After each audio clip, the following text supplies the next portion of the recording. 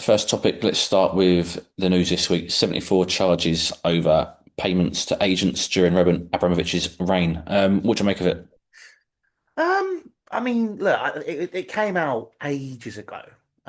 Obviously the new ownership had seen some dodgy dealings in the books. We don't actually know what's really happened yet, so that's kind of those situations. They're saying it's agent fees and all that sort of stuff, and it's honestly stuff which everybody does, but hey ho. Um, but then obviously that's come out in the news this week where the FA have actually finally progressed with the charges. Um, the fact is that this was reported to the FA 3 years ago, but obviously the amount of work and due diligence that has to go into it, it's very much a case of they've only finally come out with a report. So that's as you can, with City as another example, the 115 charge, you can see why that's still wearing on and going because there is a lot to look through with a fine tooth comb. Um, if look, whatever happens, by the sound of things, they seem to have the money set aside. Um, it's not that much of a big deal, I don't think. It's very much a situation where they're kind of ready. They're good to go. There's not going to be they're expecting no sporting sanctions. I do think there's been a lot of sensationalism from outlets, um, which I discuss very often on my podcast, Yakko with Dan. That's what we sit there like. It's just there's so much sensationalism out there that consistently happens. Like it's not going to be that big a deal. Chelsea have already put the money aside. They've ring fenced £100 million purely for fines from Southampton, the previous ownership. So I guess it's just a case of pay it and crack on, really. Do you think, for me, so the weirdest part of this situation is that it was Todd Bowley who essentially grassed up his own club when he took over? hmm I don't think it's weird at all, really. Um, I think that he. Sorry, I can hear that in the background actually. No good. Going over the ground again. Okay. I don't think it's weird at all. I think that what he's done is he came in as a new owner. It would happen with any business. You've kind of gone. You've got to go to the relevant authorities if something's not right when you're in the middle of a takeover. And he's just sat there and gone, well, actually, we want to look at this and make sure we get the best for Chelsea in a situation which, we've come in really fast. But I mean, let's remember, like when that takeover happened, it's never happened like that. It's probably never going to happen again like that in terms of when football clubs are being taken over. So Clear Lake, Todd Bowley, they've come in and they've gone right. Let's open up the books, give it to you. So then basically, if there are any sanctions, we've self-reported, so we can hold our hands up, and it's not us, and you know that we're not trying to cover it up. And that way, they'll get a better deal out of it, probably, which is all they're after, to be honest. But they just looked at the books as new owners. First thing they do when they get in and wasn't completely clear. So, they just had to sort everything out there, and that's exactly what they've done, in my opinion. I want to talk about a certain player in the Chelsea squad, Estevao. How excited are you about Estevao? Oh, Estevao Willian, Steve. I'm a big fan of Steve. I think I'm so excited that the biggest and most important thing for me is as a fan base in terms of how we talk about him and as the club are probably already doing, he needs to be wrapped in cotton wool because he's 18 years old. He's quite literally burst onto the scene, a la Michael Richards, and with that, he's proving to be a fantastic asset. There's a reason Real Madrid were in for him, and you can see it now. Um, I thought he might struggle a bit with the physicality of the league to begin with. Doesn't seem to be a problem. He's fearless. I think the way that he plays his football, it does have that Joga Bonita about it, which I think is something which modern football does miss out a lot on. There's too much. Um, I mean, look, Pep Guardiola has dominated football for the past 10 years, understandably for a reason. They won so many trophies of football. They play as effective, but it is boring. I hate it. So it's very much a case of when you see a player who's got a bit of personality, like Jack Grealish, for example, before he went to Man City, everyone loved watching him because of how exciting he was. He's gone to Man City, he's kind of fitted into the system, been another cog in the machine, kind of disappeared a little bit, and now obviously he's moved on to Everton, and he's back to the player which people love watching. I feel like Estevao Willian being so young, and obviously he will eventually fit into the machine a little bit, but he has that fearlessness and that nature which makes him exciting to watch. And I do think credit to Maresca in some cases. The football we play, the way he plays with the wingers, no, they're very direct. They do go down the wings as much as they can. And I do think that, Estevao Willian, we will continue to see the best of him in that. And I'm very excited to see more of him. I think he's spectacular. I've not been this excited about a player signing for Chelsea in a very long time. Future Ballon d'Or winner? We'll see. We'll see. I'm not going to say anything about future Ballon d'Or yet. I know there's that clause in his contract, isn't there? So with that clause in his contract, I'd like to think that, you know, he might get it. It'd be nice to have a Ballon d'Or winner at Chelsea. So and actually seeing him parade out on the pitch. We've not had that. Obviously, we had George Weah, but that was long after he won the Ballon d'Or. So, to see a Chelsea player have a Ballon d'Or parade out on the pitch would be lovely. But let's not, like I said, wrap in cotton wool. Let's not put the pressure on him yet for that. Absolutely. You mentioned the manager, Enzo Maresca. What are your thoughts on him as a boss? Um, it was a fairly mixed bag last season. I think that Enzo Maresca, he's absolutely proven his value.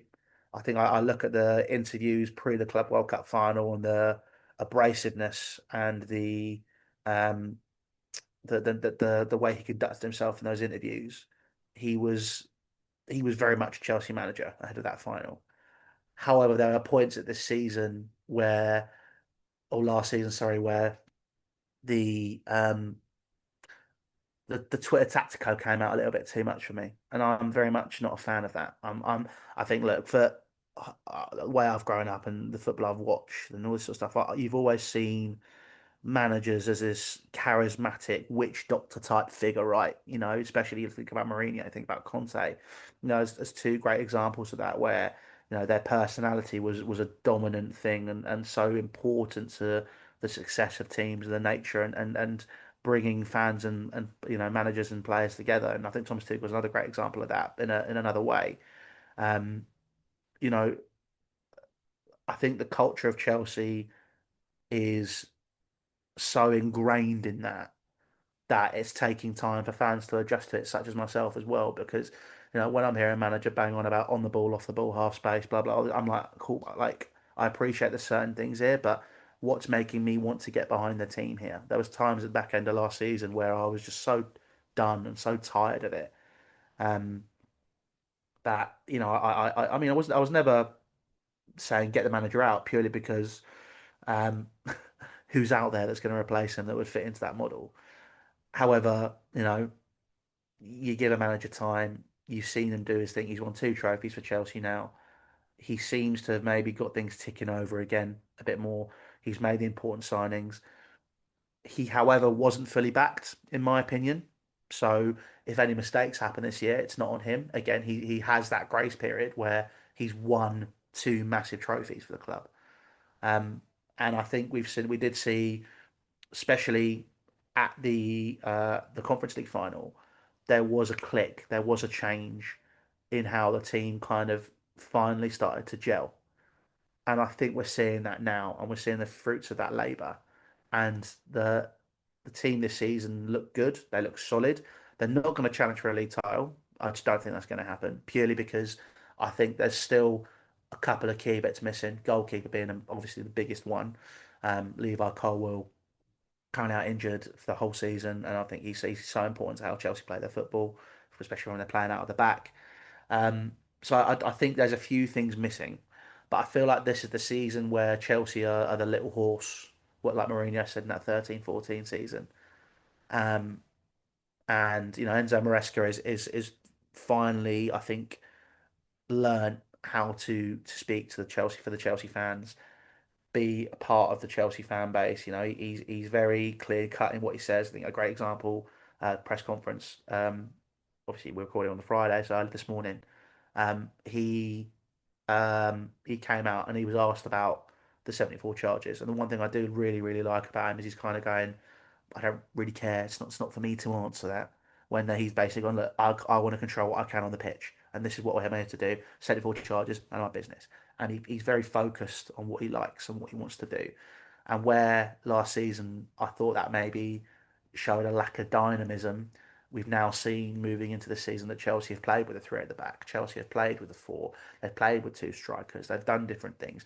he's finally, I think, implemented a little bit more of what he wants. So now that he can actually start shifting, and we're going to see more of him, and I'm excited to see more from Enzo Maresca, and hopefully, he gets all the tools he needs to make sure that he can continue to push on, to make sure that he can see Chelsea challenge for titles and become a regular powerhouse again.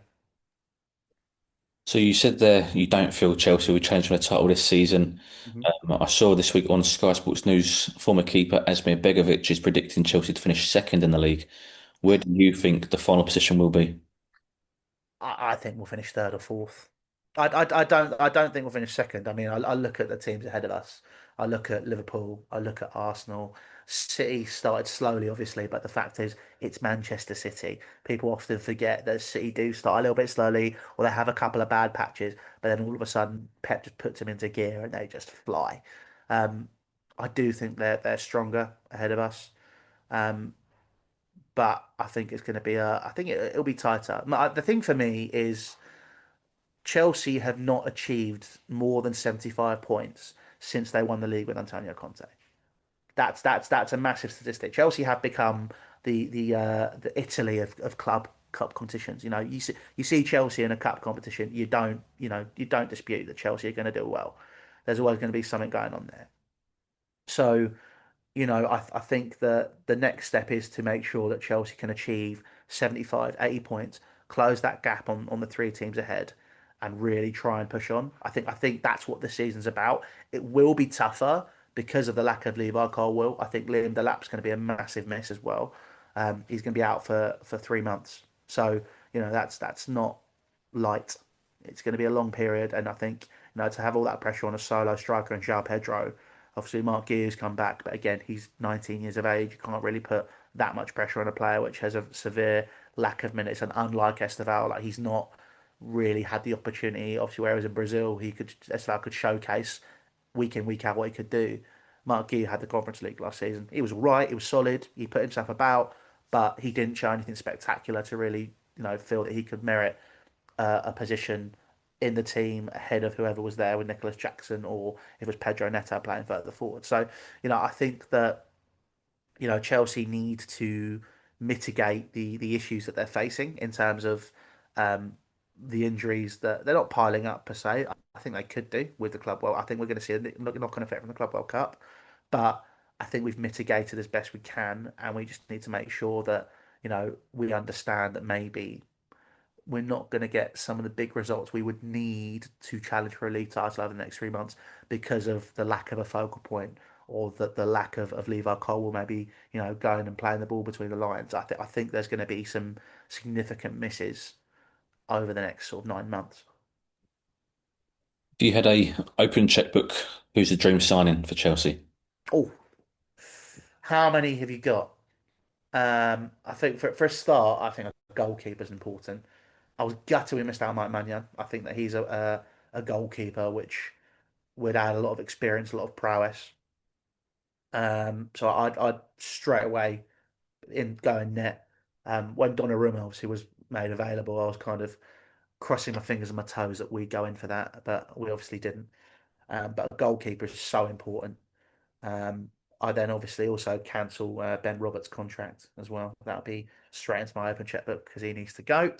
I don't know what him and Robert Sanchez have, but it's not healthy. Um, but yeah, goalkeeper would be probably Mike Mannion, and then I'd probably look at a defender. And the beauty of the situation for me is that we don't need a checkbook for this one because he'll be available on a free transfer, and that'll be getting Mark Gurhey back. But he's obviously had his heart set on Liverpool. But for me, it'd be Mark Gurhey and Mike Maignan. They'd be the two signings I'd make. And I think aside from that, striker, happy. Wingers, I mean, Garnacho's Garnacho. Shrug shoulders at that. But I think the rest of the team's pretty set now. I think, if anything, it would be peppering in like an older head for experience that you can get on a free transfer who can just be part of the squad. Um, but in terms of an open checkbook is what 30 million quid. I don't think Chelsea are that far away. I just think that they need to just keep improving, and I think that we'll see a consistent development there. When you saw come the last few days of the transfer window and Donnarumma comes available for 26 to 30 million, Mark Gay he's available for 35 million. So you're talking 60 to 70 million pound to fill two gaps in the Chelsea squad that could potentially push them on to challenge for that title for not really an awful lot of money in today's market. Was it a bit gutting to not see Chelsea going for those two types of players? Yes and no. I think Mark Gurhey especially was one. From what I understand from people that I've spoken to, outside the club and inside the club as well, he doesn't want to come back to Chelsea because of how he was treated previously. And I understand that. I thought if I was him when he came back from Swansea, he was a player who really could have maybe made a big difference in that team. However, they thought otherwise, and they thought there are other players that are a better fit ahead of him. So what happened happened. Um, so from what I know, Chelsea did have a little look, but I think it was the personal stuff which affected that move. Um, Donnarumma, I was gutted, but the whole thing with me is I'm very balanced. I think there's too many people out there that look at it and go, we should have just gone in for him and just paid for it and done whatever we need to do. It's the intangibles and the ways that it would affect the team and the culture, which I think is why Chelsea didn't do it. Massive wage packet, completely outside of the remit of what they're going with at the minute. Um, a player which they bang on about, isn't great with his feet. Um, I mean, have they seen Robert Sanchez? But it's kind of a case of they're looking at it going, well, why would you replace one fairly decent shot stopper with another who's on a huge wage packet? And that's why Chelsea didn't do it. Manchester City is carte blanche. It's Manchester City were where we were under Roman. We Roman Abramovich would go, yeah, cool, done, have it sorted. PSL wouldn't be an issue. Like, no, done, forget it. It's all good. Chelsea now is being run more like a business, and I think credit to them by the way in terms of making a profit in terms of sales and transfers. I think that's huge.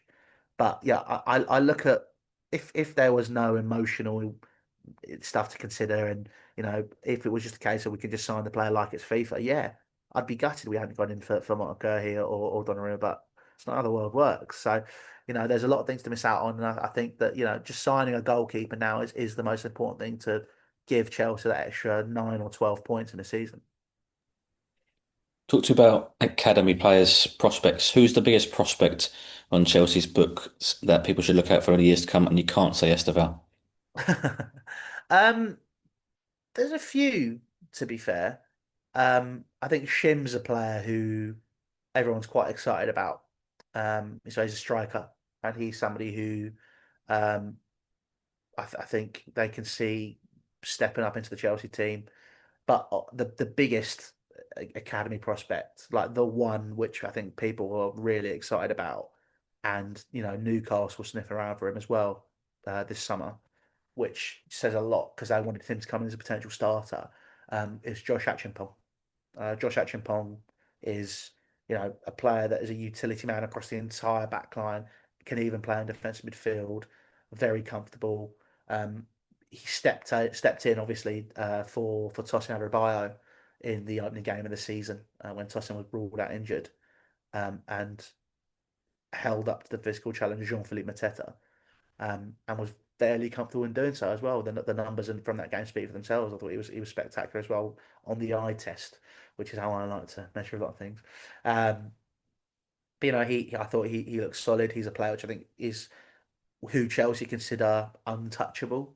And there's only one or two academy players that are considered untouchable by Chelsea, with obviously all the PSR situation stuff you have to consider. Um, he is one of the two. Um, and I think Josh Achimpong is a player who um, is spectacular in terms of just the basics and the fundamentals of football. Um, and I think will be somebody who you will see, well, whether or not he'll be in a Chelsea shirt, because I've got a feeling that he might get a little bit tired of waiting over the next couple of years, because there was rumblings last year that he wasn't going to sign a new contract. Um, we've managed to tie him down to one, which is great. Um, so I think that he's a player who will be one of the best centre backs in the league over the next 10 years, comfortably. And he'll be a name which people consider. Um, Unbelievable. And I'm very excited to see more of what he can do in a Chelsea shirt. Absolutely. Last thing we're going to do, winner stays on Chelsea edition. Cool. All right. Hang on. Get yourself ready. All right. Let's play a game. I'm excited. Let's go. Perfect. So we're going to start off Marcel Desailly or Jimmy Floyd Hasselbank. Oh, this is tough for me because I've got a personal story about Jimmy Floyd Hasselbank, which I always remember. I was a little shit, but he was good. And then there's Marcel Desailly. Let's go with Marcel because Jimmy Floyd Hasselbank hated me ever since I was 8 years old, and I knee slided him in a restaurant after we beat Middlesbrough 3-0. Marcel Desailly or Gianluca Vialli. Gianluca Vialli, best, one of the nicest men I've ever met, and like an absolute gentleman. First, one of the first interviews I did as well. Just what a guy, Vialli or Dave Azpilicueta. Vialli. Sorry, Dave. Vialli or Ian Robin. Vialli. Vialli or Joe Cole.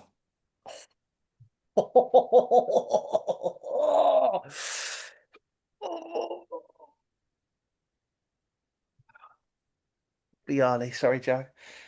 Vialli or N'Golo Kante. N'Golo Kante. Kante or Franco Zola. Gianfranco Zola is my favourite ever Chelsea player. Zola or Didier Drogba. Even though he's my favourite ever Chelsea player, is he as good as is he? Did he do something as important as Didier Drogba? No, so Didier Drogba. Drogba or Frank Lampard. Frank, Frank Lampard or Eden Hazard. Frank, Frank Lampard or John Terry. Frank, Frank Lampard's a winner. hands down, every time. I think he's the best player Chelsea have ever had. Perfect. Lovely. Appreciate that very much, mate. It's all good, mate. Thank you for having me. It's been Pleasure. fantastic. No, pleasure having you.